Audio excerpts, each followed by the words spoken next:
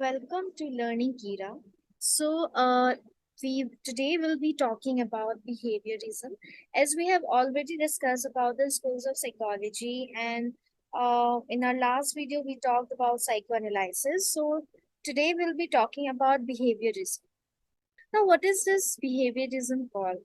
So, as the name suggests, behaviorism is something related to our behavioral psychology.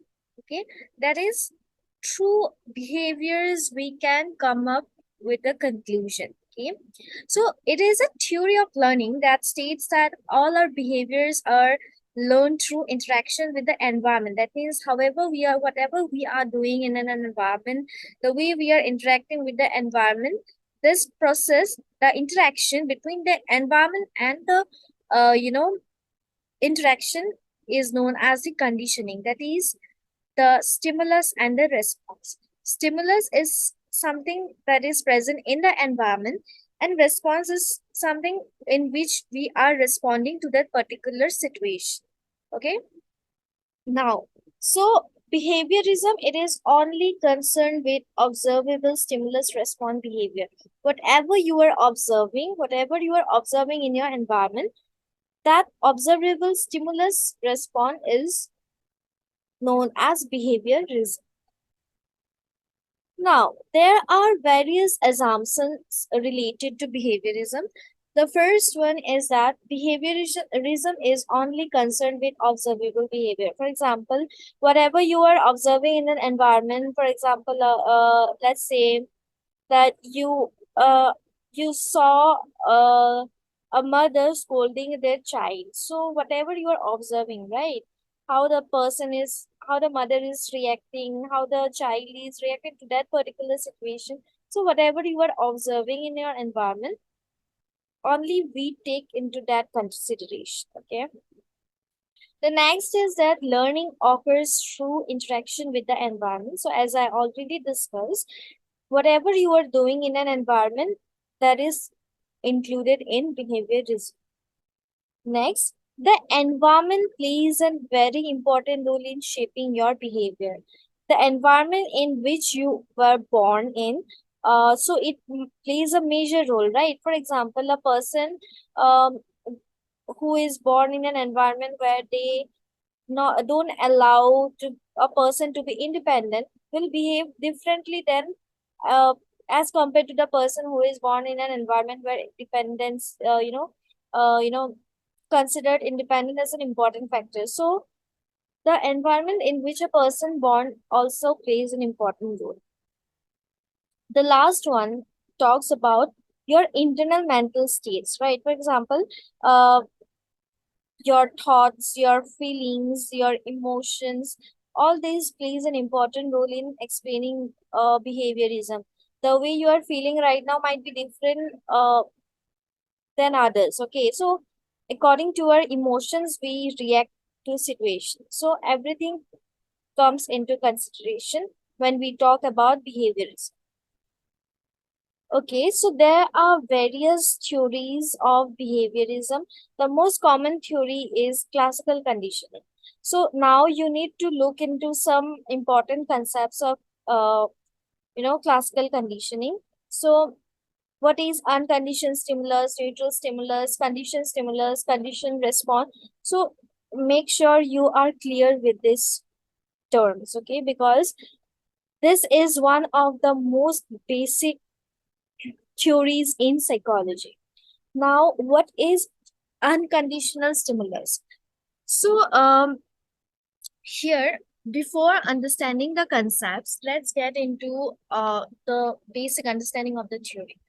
So, what is this classical conditioning? So, this is one of the most renowned theories in psychology, and it was formulated by Ivan Pavlov. Okay, so this theory deals with dog and how they salivate to a particular stimulus. Okay, now stimulus can be a food, can be anything.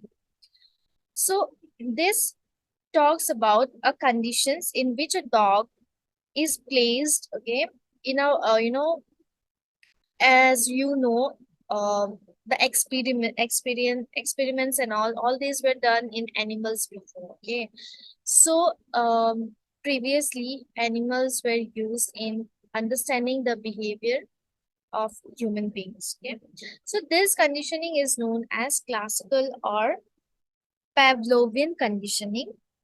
So look at this picture right now. The first pic, it talks about what happens before the conditioning, during and after. In the first, unconditioned stimulus is present. That means he that means Pavlov, he first presented the dogs with the sound of a bell. Okay. Now, they did not salivate this. As why? Because this is a neutral stimulus. It the bell just rang and nothing happened. So why would he salivate, right? So then he presented them with the food. While when he presented them with the food, the dog started salivating because now he knows that whenever the bell used to ring, you know, it, automatically the food will reach to him. So that's why as soon as he heard the bell ringing, he started salivating. Okay. So the food was an unconditioned stimulus and salivation was an unconditioned response. Okay. Now Pavlov repeatedly started doing this. Okay. Now after various pairings, the dogs salivated when they heard the sound of the bell. Now the bell has become the conditioned stimulus. Why? Before it was a neutral stimulus because whenever the bell was rung, no, the dog didn't salivate. Right now, after repeated pairings of the bell and after ringing of the bell when the food was delivered to the dog, it has become a condition. And okay, there is a conditioning between the stimulus and the response.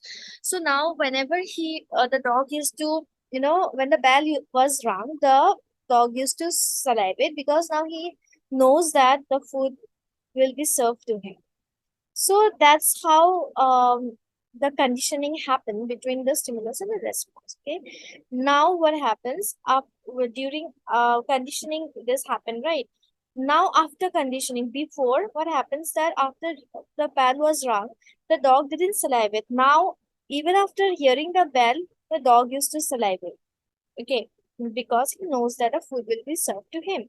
Now, in the before conditioning, the bell was a neutral stimulus. Okay, whereas during the conditioning, the bell and the food, okay, it becomes the conditioned stimulus.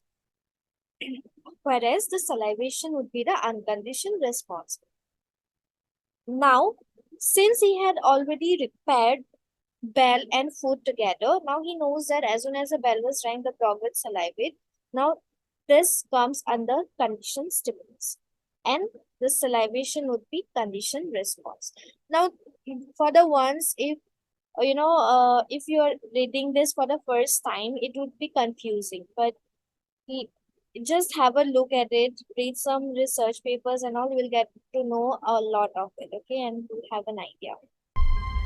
To change your